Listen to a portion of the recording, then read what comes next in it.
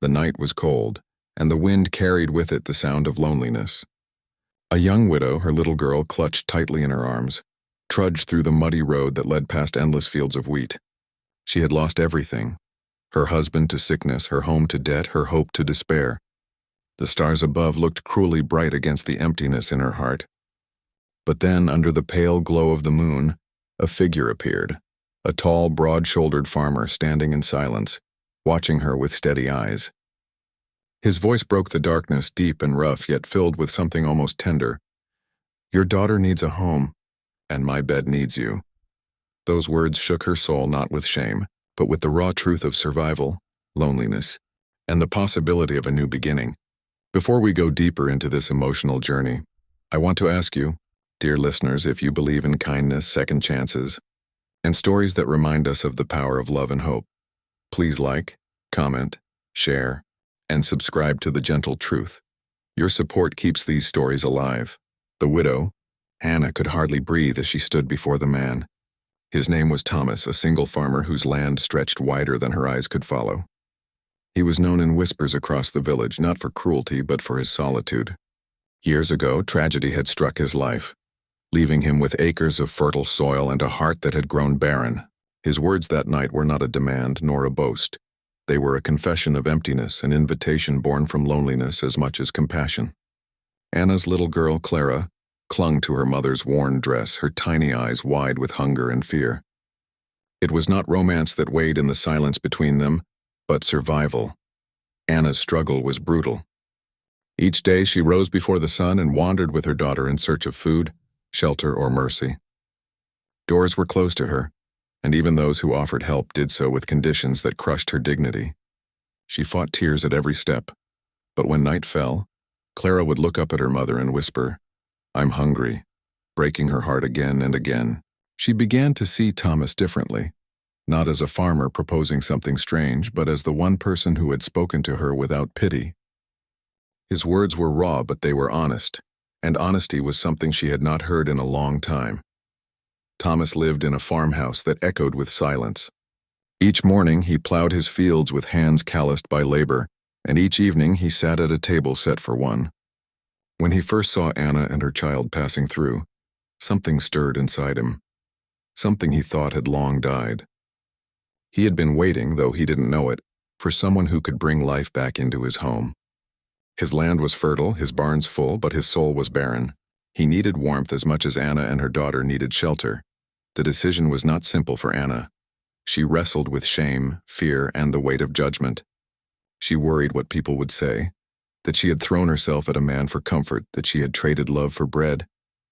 Yet as she watched Clara grow thinner, her cheeks pale, and her little hands cold at night, she realized that sometimes survival demanded courage in unexpected forms. What Thomas had offered was not cruelty.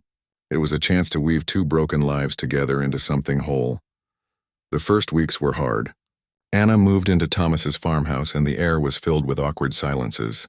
She carried the burden of grief for her late husband, and Thomas carried the ghosts of his own past.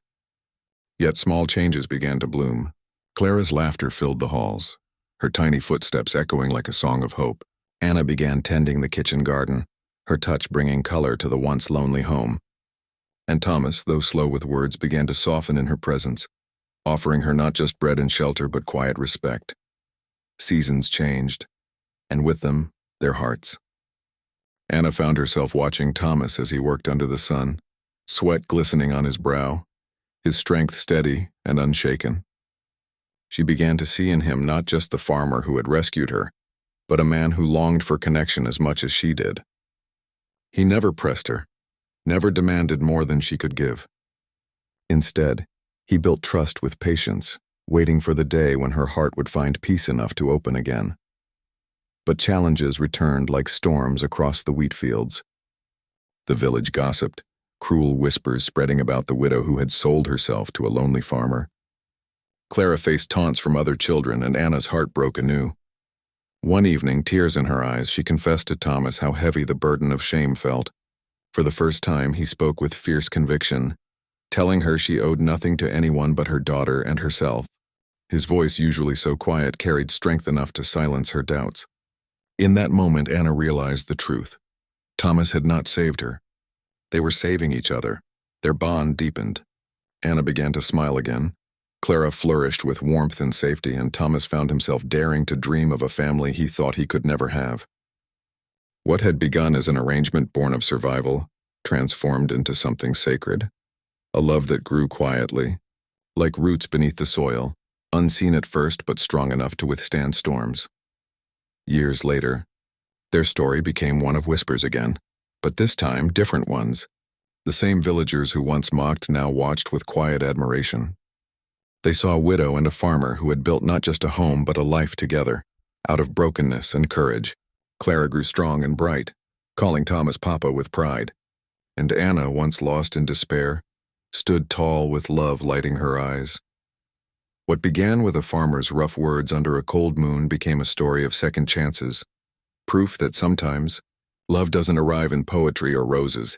Sometimes it arrives in raw honesty, in the shelter of a farmhouse, in the laughter of a child, in the courage to take a step toward healing. Dear friends, if this story touched your heart, if it reminded you of the power of second chances and the beauty of love that heals, please like, comment, share, and subscribe to The Gentle Truth. Every story we tell is for you, to remind us all that even in the darkest nights, hope can find its way home. Special request before we end. Drop a comment with the words "Hope lives here" if this story moved you. Your words keep this journey alive.